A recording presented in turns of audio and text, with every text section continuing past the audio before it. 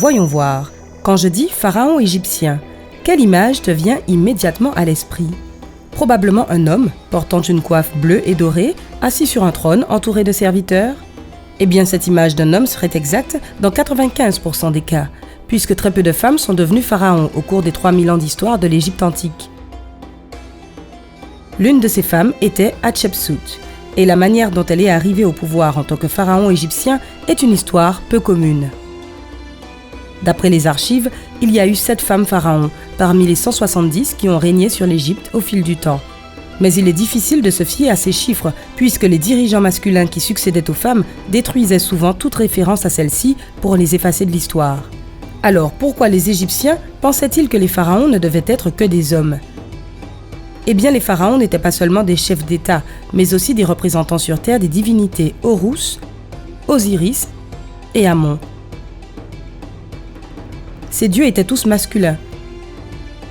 Et les Égyptiens croyaient fermement que le pharaon, en tant que médiateur entre ces deux mondes, ne pouvait être qu'un homme. On considérait même que la simple idée d'une femme pharaon était totalement contre nature. Mais en 1507 avant Jésus-Christ, une fille est née, et elle fut nommée la plus noble des dames. Tu la connais peut-être sous le nom de Hatshepsut. C'était la fille du pharaon Thoutmôsis Ier et de la reine Ahmose, sa première et principale épouse. Quand Thoutmôsis Ier est décédé, Hatshepsut était la plus légitime à succéder au trône. Mais elle ne s'en empara pas. Le pharaon devait être un homme et point final. Ainsi, le demi-frère d'Hatshepsut, Thoutmôsis II, devint officiellement le nouveau dirigeant de l'Égypte, et ces deux-là se marièrent. Je sais, moi aussi, je me suis tout de suite dit « c'est dégueu ». Mais il faut se rappeler que le maintien du mariage au sein de la famille était une pratique courante dans l'Égypte ancienne.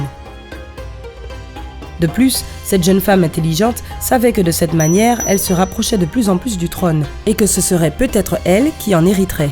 Mais d'ici là, elle régnerait sur le côté. En fait, selon certaines théories, c'était surtout son conseiller qui dirigeait le pays à travers l'impulsion de son mari. Et lorsqu'il est décédé quelques années plus tard, la même question se posa de nouveau. Qui sera le nouveau chef d'État ? C'est là que débute la partie la plus intéressante de l'histoire. Hatshepsut, une femme brillante et diplomate, qui croyait probablement qu'elle était née pour régner en tant que fille et épouse de 2 rois, était maintenant déterminée à obtenir ce qui lui revenait de droit. Elle avait donc élaboré un plan mûrement réfléchi qui allait enfin lui permettre d'accéder au trône. Mais son principal problème était la concurrence. Il s'agissait de Thoutmôsis III, le fils du pharaon décédé et d'une autre de ses femmes. Ce garçon n'était qu'un enfant en bas âge et ne pouvait manifestement pas gouverner le pays tout seul. Hatshepsut profita de la situation pour s'autoproclamer régente. Le régent est une personne qui normalement appartient à la famille royale et qui agit à la place du pharaon lorsque ce dernier est soit trop jeune, âgé, malade, absent ou simplement incapable de le faire lui-même.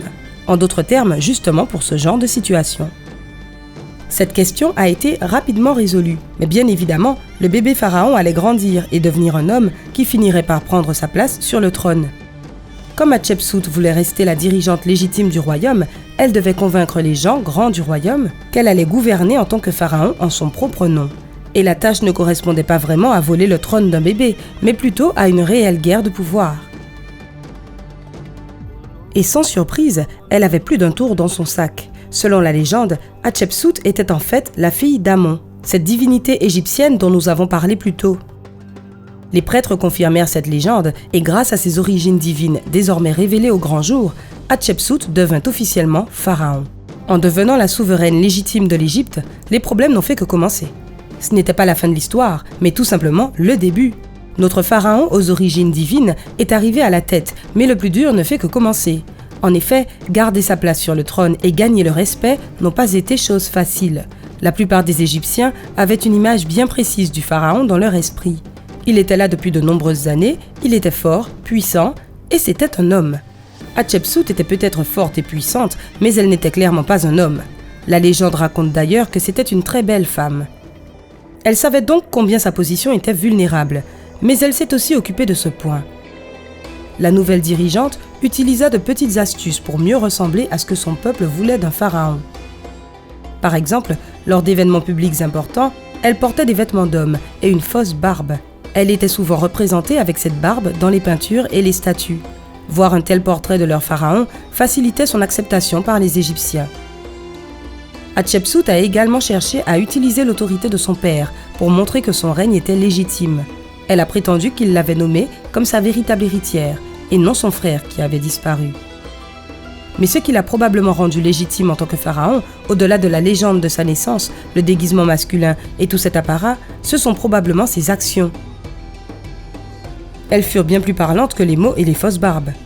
Hatshepsut a fini par devenir l'une des dirigeantes égyptiennes les plus influentes et la plus longue dirigeante en titre. Sous sa direction, l'Égypte ancienne s'est développée et a considérablement prospéré. La souveraine s'est davantage concentrée sur le développement de son propre pays, plutôt que de l'étendre en conquérant de nouvelles terres. Il faut cependant mentionner qu'elle a aussi remporté des victoires territoriales à l'étranger. Mais en tant que pharaon, Hatshepsut se consacrait surtout à la construction nationale. Le nombre de projets de restauration de bâtiments et de monuments qu'elle a lancés était phénoménal. À sa demande, une série d'obélisques furent érigés au temple de Karnak. À son époque, les obélisques étaient les plus grands du pays. De fait, l'un des obélisques jumeaux à l'entrée du temple est toujours en place, de sorte que tu pourras y faire une petite visite si jamais tu te retrouves sur le Nil à Luxor, en Égypte. Il y avait aussi le palais de Maat, dans le complexe de Karnak. Ses murs sont recouverts de beaux reliefs gravés, représentant Hatshepsut et Thoutmôsis III. Le magnifique palais rectangulaire est doté d'une grande salle centrale, avec une place pour le traditionnel bateau de cérémonie égyptien. Mais la construction la plus impressionnante de la domination d'Hatshepsut fut le temple de Deir el-Bahari. Son nom d'origine se traduit par « le plus sacré des lieux sacrés ». Ce temple est considéré comme l'une des merveilles architecturales de l'Égypte ancienne, et c'est aussi là qu'elle a été enterrée. Les murs du temple racontent l'histoire de sa naissance légendaire, un endroit qui vaut donc certainement le détour. Quant au succès d'Hatshepsut à l'étranger, la clé de sa réussite a été le voyage au pays de Punt. Ce périple en mer représentait une aventure de taille, à une époque où les voyages en bateau étaient loin d'être des plus sûrs ou même développés.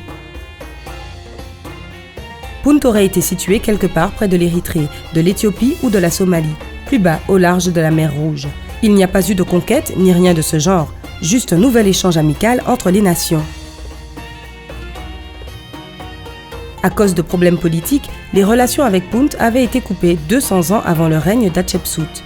Il était important de renouer avec cet État, car Punt pouvait être un partenaire commercial majeur pour les années à venir, ce qui allait dynamiser l'activité économique de l'Égypte. Hatshepsut remplit donc sa mission avec succès et les relations entre les deux grandes nations furent restaurées. Les Égyptiens revinrent de la croisière avec des bateaux remplis de marchandises rares comme l'ébène, des myrrhes fraîches, de l'or et d'autres objets somptueux et de grande valeur. Aucun pharaon n'a jamais eu autant de succès à Punt, ni avant ni après Hatshepsut. Son règne fructueux a duré un peu plus de 2 décennies, jusqu'à sa mort, 22 ans après son accession au trône. Thoutmôsis III, qui n'était plus le petit enfant qu'il était tant d'années auparavant, est devenu le nouveau chef d'État. Les historiens pensent qu'il a dû vraiment se sentir insulté par la décision de sa belle-mère, qui était aussi sa tante, de le remplacer, car il a fait tout son possible pour faire disparaître son image de l'histoire. Le nom de la reine a été exclu de la liste des pharaons d'Égypte et ses portraits ont été détruits. Mais Hatshepsut était maligne et elle s'attendait très probablement à ce que ce genre de choses se produisent.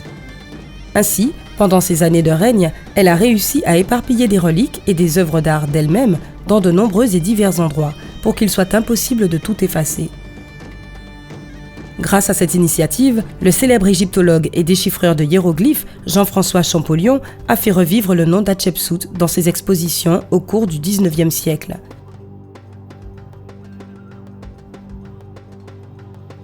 Telle est l'histoire de l'une des femmes les plus remarquables que l'Égypte et le monde entier aient jamais connue. J'imagine qu'Hatshepsut serait heureuse de savoir que des milliers d'années plus tard, nous nous souvenons encore de son nom et que nous l'admirons comme un pharaon d'Égypte fort, sage et plein de talent. Y a-t-il des femmes célèbres dans l'histoire que tu admires ou que tu respectes? Dis-le nous dans les commentaires. Si tu as appris quelque chose de nouveau aujourd'hui, alors donne un j'aime à cette vidéo et partage-la avec un ami. Mais ne pars pas si vite. Nous avons plus de 2000 vidéos sympas à te montrer. Tout ce que tu as à faire, c'est de choisir la vidéo de gauche ou de droite, de cliquer dessus et de passer un bon moment. Reste avec nous du côté sympa de la vie.